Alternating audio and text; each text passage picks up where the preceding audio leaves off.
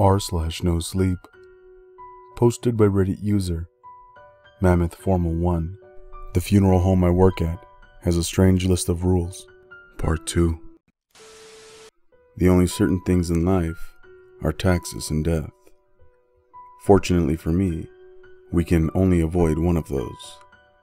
I'm a recent college graduate, and I recently began my career. I was fortunate enough to land my dream job straight out of college, an undertaker. Since graduation, I've learned one very important lesson. Always follow the rules at Mullen's funeral home. In college, they teach most people to avoid stepping on toes. They taught me to tag them instead. This has proven to be an arduous task thus far, because they never told me that the toes still may be moving. The lines between life and death at Mullen's funeral home blur. So much so that my boss is a literal dead man. And that's right. My mentor, Gary Mullins, is 167 years young. After a tumultuous first day, during which I broke 7 of 9 established rules, I settled in rather well. During the following weeks, I adhered to all the rules. I didn't forget a single one. I broke my streak last Monday, though. I woke up at 3 a.m. like every morning to meet all the fresh faces and begin planning services for the day. By the time 4 a.m. rolled out, I was waiting outside for the city morgue workers to arrive with our new clients. An hour had passed, and they were late. Gary was inside prepping the basement for today's work. Well, this is new, I thought to myself. They were never late. I waited around for another half hour before Gary came outside looking for me. They must not have any bodies for us this week. This is strange, he said, walking up beside me before adding, I can't remember a time when they didn't have any bodies for us. Well, we're almost at capacity anyway. Following this realization, we went back inside to prepare today's service. It seemed like a straightforward one. A younger man, maybe mid-30s, totally mangled from a car accident.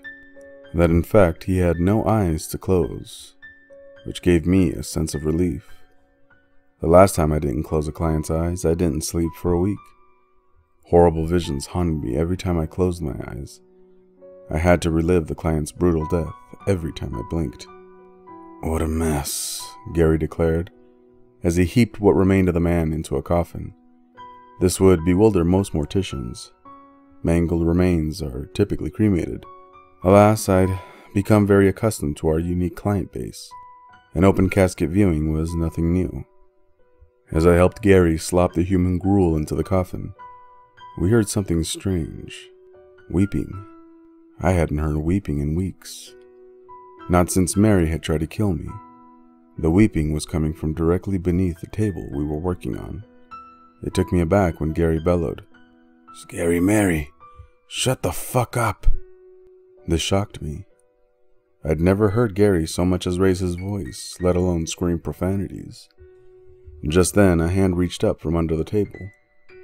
And then another, and then another. I almost barfed. The memory of her third arm bursting from her mouth had almost faded by that point.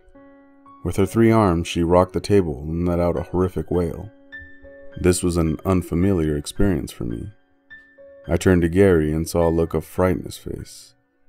I asked him what was happening, and he told me this was common when you stay in the basement after nightfall, but not this early. The sun was even beginning to come up. Keep working. She won't come out unless you look at her, Gary said calmly. That's all I needed to hear. I continued placing viscera and mangled remains into the coffin.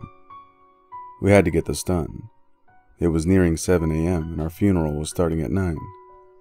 Still though, Gary worked with such care and fervor. His experience truly showed. We finished the task in the nick of time. With exactly 30 minutes before the service, we made it upstairs. Our execution was flawless. The body placed in the service room as we set up the decorations. Many of the decorations were pieces of the dead man's vehicle. The vehicle he died in. I can't pretend this didn't disturb me slightly. That was such a very macabre touch. Soon after we finished setting up the decorations, family and friends trickled in. They praised us for a job well done as they admired what we'd done with their loved ones' remains. At one point, a woman approached me and said that the presentation was impeccable. It confused me when she left me with a phone number. Was she trying to get a date? Before I could ask, Gary pulled me aside. Listen, Jason, something is wrong. All the limb freezers are open. We need to get this service out of here, he said, concern permeating his voice. I didn't even need to ask. I knew all the cadavers had escaped, and that 4 of 6 freezers had been full. My mind raced 1,000,000 miles per minute. As I pondered what they could do, Gary decided that we would have to approach the mourners and tell them the service would have to end. This was an unfortunate violation of Rule 3, but it was for the safety of all involved. As expected, they were livid, at least until the cadaver named Sally wandered into the service. Sally was 61 years old and had died in a mugging gone wrong. She was the angry one. The mourners scattered as Sally rampaged through them, attacking with only weapon she had, her teeth. All hell was breaking loose as Sally fumbled through the crowd, taking bites of human flesh along with her.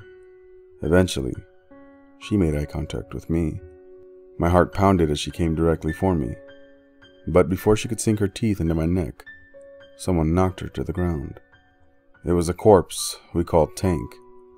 Tank was a massive mound of muscle. It was obvious he wanted to prove his dominance, seeing as he pounded away at Sally's bloated form with his lunchbox-sized fist.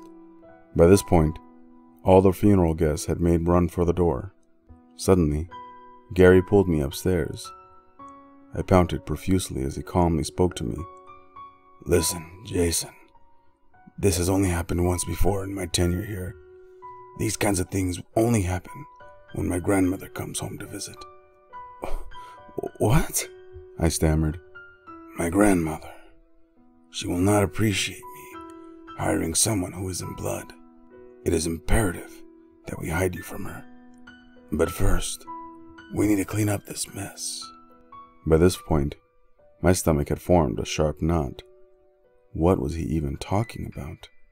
Gary gave me a detailed plan describing how we would deal with the cadavers that were currently roaming the halls. It involved separating them and luring them into rooms, which we would then lock. I ran back downstairs to deal with Tank first. By that point, he had crushed Sally into pulp and was searching for another opponent. The chair I smashed over his back got his attention. As he lumbered towards me, I dove behind the casket and behind the curtain and threw the heavy basement door open. He followed, tearing the curtain down as he went. He lumbered straight down the stairs, not realizing that I had hidden under the casket at the precise moment the curtain had obstructed his vision. Not sparing a second, I slammed the heavy iron door shut behind him. That was 2 down. As I approached the main room, I saw Gary descending the stairs, holding the cadaver of a baby by the leg. It was lunging at him, trying to bite him, but to no avail. He held the little guy at arm's length. Good. Another one down, I thought to myself. We tossed the baby into the basement with Tank, knowing that they both would eventually just give up and go back to a more manageable state. The only task that remained was tracking down the next corpse. That situation terrified me. This was not what I signed up for. After hours of searching the house for the last cadaver, all hell broke loose. Literally, there was a sharp knock at the door, which led me to answer it. Standing at the door was a tall, older man, wearing all black and a black fedora. "Can I help you, sir?" I asked, exhausted and terrified at this point. "Do you happen to have the time, son?" he asked in a smooth voice. It's 5:02, I replied. His lips curled into a smirk. "Excellent, son. I'm meeting someone soon," he said. Great. I'd just broken Rule 9, the most important rule Before I could slam the door on Satan's face, all the lights in the house went out, and Mary started weeping from an unknown location. Jason! Gary's voice boomed through the house as he rushed down the stairs behind me. He was a little more than pissed. I let the devil inside the house. A sharp wailing echoed through the house, and a fountain of rotten, coagulated blood started blasting all over me. Our last cadaver had found Scary Mary. The house shook violently, as if the fiery foundation was being rocked side to side. The lights flickered back on for a moment, before every bulb in the house exploded, sending shards of glass everywhere. Oh, God. She's here, Gary said with a sigh, as he waved me upstairs.